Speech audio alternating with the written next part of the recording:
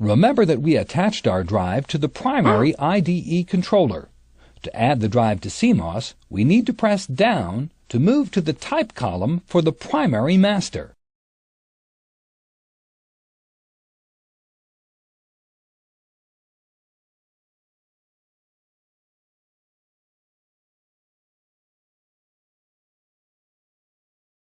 You should refer to your hard drive documentation to find the correct CMOS settings. For our drive, we'll page up to select the Auto setting. We chose the Auto setting and added the information to our documentation. Now the computer will recognize the hard drive. We can press Escape to exit the CMOS Setup utility. If we press F10, we'll save the changes and exit this setup.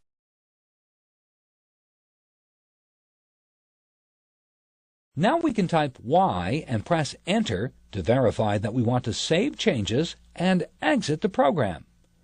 When we do that, the computer will reboot and try to see the hard drive. We haven't finished preparing the drive, so we'll insert a system disk in drive A for you before we reboot.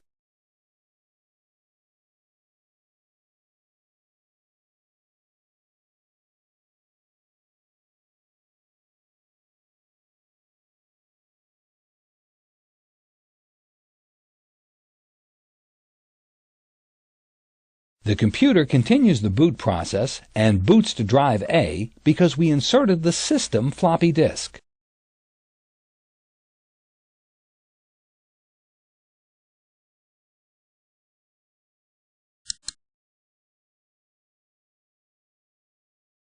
We can turn off the computer now. A hard drive is a secondary storage device that is located in a sealed case and stores large amounts of data. True or false? True.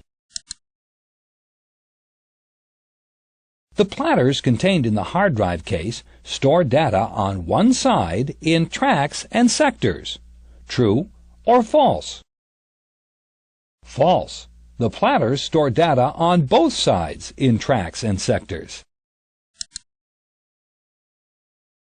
What program do you use to configure a newly installed hard drive?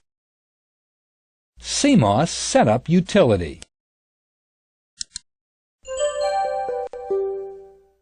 Hard Drive Management.